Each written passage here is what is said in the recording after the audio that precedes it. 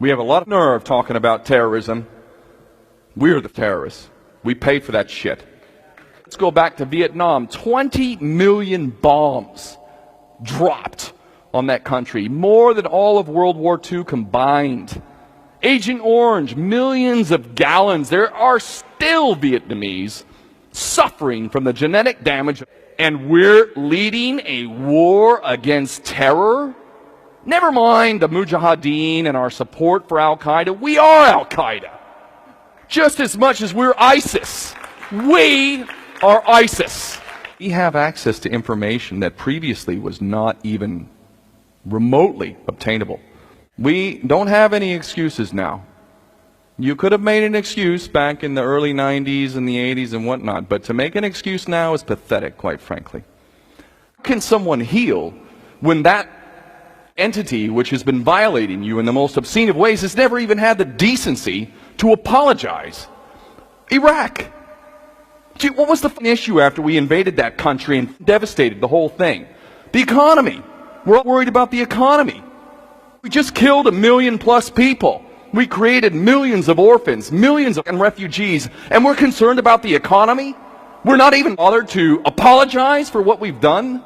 And why aren't we holding our politicians to account? If I was Iraqi, if I was born and raised Palestinian, I'm honored to be a Palestinian citizen. I'm as close as you get to being a naturalized Palestinian citizen, and boy, oh boy, am I proud of that. But I have not been born with the skin color of a Palestinian in Palestine and lived that life as a Palestinian has. If I had been born in Palestine and had to endure that kind of injustice, with my loved ones being threatened or killed or tortured, I can assure you, I would be involved in violent resistance without a doubt. No way would I sit by and allow that shit to happen. No way. I think we have a lot of nerve pointing a finger at people and calling them terrorists when they are enduring a circumstance which most of us could never even comprehend. Can you imagine your child being ripped from you, being blown to bits? Can you imagine? Because I can, and I know how I would feel. We have a lot of nerve talking about terrorism. We're the terrorists. We pay for that shit. I just know that I don't need to come home and see my child blown to bits from a bomb to know how horrifying that would be. I reckon I have experienced something like that, probably many times over, and I wouldn't want that for anyone. I would not want that for anyone. My God, if that happened to my child, holy shit. I don't know if I could cope with that. And that's part of what is amazing and inspiring to me with regard to the Palestinian people, because so many of them have experienced just that and other equally horrifying realities. And I swear to God, they've not lost their dignity. Some of them, yes, they've been caught up in the hatred, in the rage for what they've experienced, very understandably so. But a remarkable amount of Palestinians have not become the monster which is oppressing them. That is amazing. Amazing. Through the approval of our proxies, are ISIS. Saudi Arabia, this monstrosity of medieval fake Islam, is our best friend and ally. $60 billion worth of arms, which they are using right now for many months to slaughter the poorest people in the poorest nation in the Middle East. And it's not even talked about now. At least the Palestinians got themselves on the map. And you know what it took to get our attention? Suicide bombing. That was where we were all forced. And of course the system used that to say, look at the Palestinians.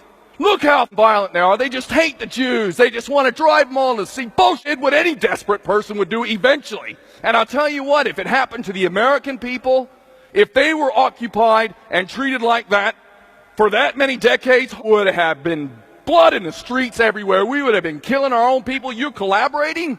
Oh my God. The Palestinians have been subjected to this and carried themselves with as much dignity as anyone could be expected to do.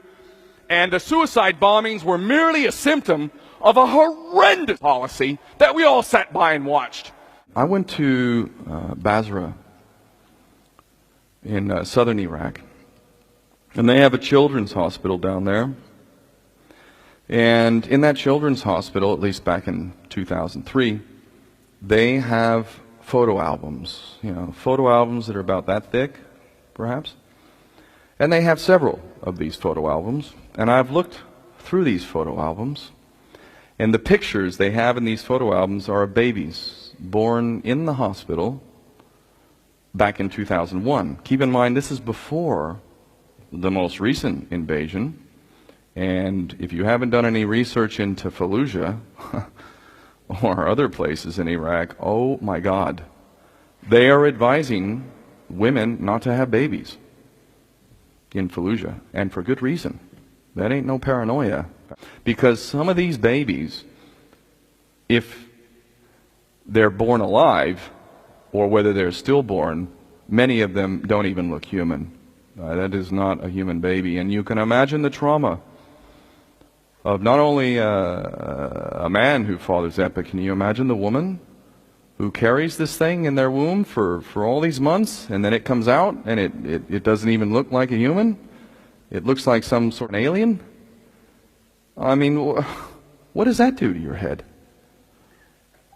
That's happened so many times. And I went to that children's hospital, and I looked at those photo albums, and Jesus, man, there ain't no way we can atone for that shit. I mean, even apologies and, financial compensation, there's nothing we can do to compensate for that. We have a lot of nerve talking about terrorism. We're the terrorists. We pay for that shit. And we're leading a war against terror? Never mind the Mujahideen and our support for Al-Qaeda. We are Al-Qaeda. Just as much as we're ISIS. We are ISIS.